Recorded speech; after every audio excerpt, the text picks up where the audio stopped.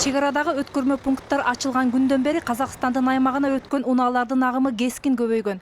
Анын айынан Ак жол, Чалдыбар жана Ак Тилек өткөрмө пункттарында унаалардын узун кезеги пайда болду.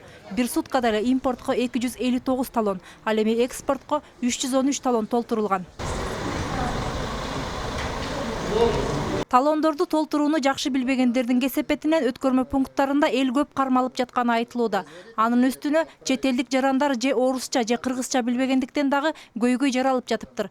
Өкмөт мүчөлөрү чек араларда кырдаал калыбына келтирилди деп жооп коткону менен нааразы болгондор четтен табылат. Ачылган күндөн бери бул жерде элдердин түшүнбөстүгүнөн келип чыккан маалыматтын аздыгынан биздин жарандарыбыз бажы кызматы кеткенде бул мамлекеттик чек арадан чек арачыларда кетет деген ой менен келип түшүнүп калышканда бул жерде ошол элдердин чек арадан биз документсиз эч бир текшерүүсүз өтөбүз деген ой максаттары менен келип эметишкен да. Бажы посттору жоюлду деп жалпы айтылганы менен чек арачылар мурдагыдай эле өз милдеттерин аткара беришет.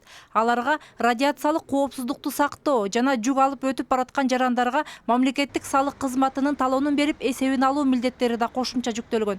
Ошондой эле унаа каражаттарынын эсебин тактап турушат.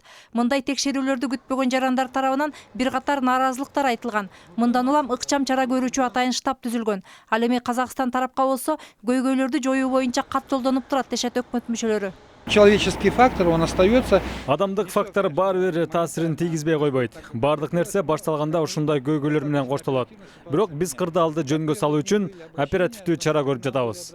Бизнес чөйрөсү эми чек арадан өтүү үчүн мыйзамды айланып өтпөй, баарын эрежеге ылайык жасоого өбөлгө түзүлөт дейт экономика министри. Ал эми ички рынокто кымбатчылык өкүм сүрөт деп тынчсызданган жарандарды өкмөт мүчөлөрү баалар кескин кымбаттабайт деп жооткотууда. Прогноз, который официально Министерством экономики внесен, утвержден. Экономика министрлиги тарабынан бекитилген божомол боюнча инфляция мурдагы жылдардагыдай эле болот. Баалардын өсүшү байкалбайт. Алгачкы жарым жылда нөлгө барабар инфляция менен чыктык. Экинчи жарым жылдыкта инфляция болушу мүмкүн. Бирок анчалык катуу өзгөрүү күтүлбөйт. Бул убадалар канчалык деңгээлде аткарылат айтуу кыйын. Себеби буга чейинки өкмөт мүчөлөрүнүн айткандарына ишенген дыйкандар өстүргөн жашылча жемиштерин сата албай зыян тартып жатышат. Мээрим Ташыбекова, Владимир Кулбалдиев, НТС.